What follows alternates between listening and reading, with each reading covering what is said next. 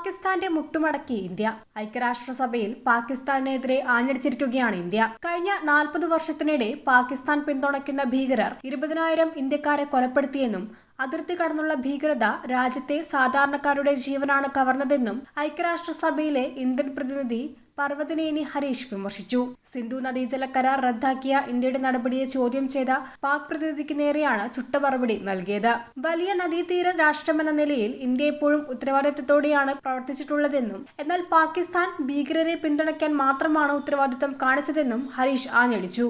65 വർഷം മുൻപ് നല്ല മനസ്സോടെയാണ് ഇന്ത്യ സിന്ധു നദീജല ഉടമ്പടിയിൽ ഏർപ്പെട്ടത്. നല്ല മനസ്സോടെയും സൗഹൃദത്തോടെയും ഈ ഉടമ്പടി കൊണ്ടുപോകണമെന്നാണ് കരാറിന്റെ ആമുഖത്തിൽ പറഞ്ഞിരുന്നത്. കഴിഞ്ഞ 6.5 പതിറ്റാണ്ടുകളായി 3 യുദ്ധങ്ങളും ആയിരക്കണക്കിന് ഭീകരാക്രമണങ്ങളും അഴിച്ചുവിട്ടുകൊണ്ട് പാകിസ്ഥാൻ കരാറിന്റെ ആത്മാവിനെ ലംഘിച്ചു. കഴിഞ്ഞ 4 പതിറ്റാണ്ടിനിടെ 20,000-ലധികം ഇന്ത്യക്കാരുടെ ജീവൻ ഭീകരാക്രമണത്തിൽ നഷ്ടപ്പെട്ടു. ഏറ്റവും ഒടുവിലത്തേത് കഴിഞ്ഞ മാസം പഹൽഗാമിൽ വിനോദസഞ്ചാരികളെ ലക്ഷ്യമിട്ടുള്ള ക്രൂരമായ ഭീകരാക്രമണമായിരുന്നുവെന്ന് ഐക്യരാഷ്ട്രസഭയിൽ പറഞ്ഞു. പാകിസ്ഥാൻ തെഹ്രീക് ഇ ഇൻസാഫ് സെനറ്റർ സയ്യിദ് അലി സഫർ സിന്ധു നദീജലത്തെ പാകിസ്ഥാൻ ജനസംഖ്യയുടെ 10-1 പേർ ആശ്രയിക്കുന്നുണ്ടെന്നും പ്രതിസന്ധി പരിഹരിച്ചില്ലെങ്കിൽ വലിയൊരു വിഭാഗം ജനങ്ങൾ പട്ടിണി കിടന്ന് മരിക്കുമെന്നും സെനറ്റിൽ ആശങ്ക പ്രകടിപ്പിച്ചു. ഈ ജലപ്രതിസന്ധി ഇപ്പോൾ പരിഹരിച്ചില്ലെങ്കിൽ നമ്മൾ പട്ടിണി കിടന്ന് മരിക്കാനിടയുണ്ടെന്നും അതിന് കാരണം സിന്ധു നദീതടം നമ്മുടെ ജീവരേഖയാണെന്നും അദ്ദേഹം പറയുകയുണ്ടായി. പാകിസ്ഥാന്റെ വെള്ളത്തിന്റെ 3/4 ഭാഗവും രാജ്യത്തിന് പുറത്തുനിന്നാണ് വരുന്നത്.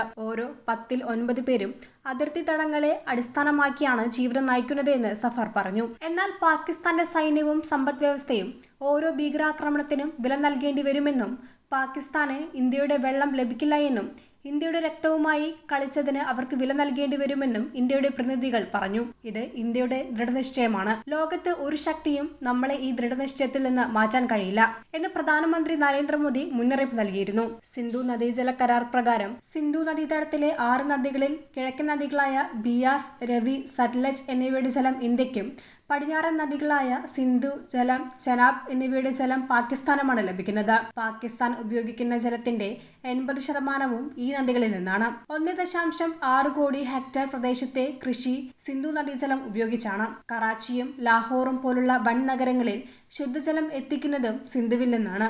ഈ സാഹചര്യത്തിൽ ഇന്ത്യയുടെ ഈ നീക്കം പാകിസ്ഥാന് കടുത്ത വെല്ലുവിളിയാകും. കശ്മീരിലെ ഭീകരപ്രവർത്തനങ്ങൾ അവസാനിപ്പിക്കാൻ പാകിസ്ഥാനെ നിർബന്ധിതരാക്കുക എന്നതാണ് ഇന്ത്യയുടെ ലക്ഷ്യം. വരും ദിവസങ്ങളിൽ ഈ വിഷയത്തിൽ കൂടുതൽ സംഘർഷ സാധ്യതകൾ പൊട്ടിപ്പുറപ്പെട്ടേക്കാം.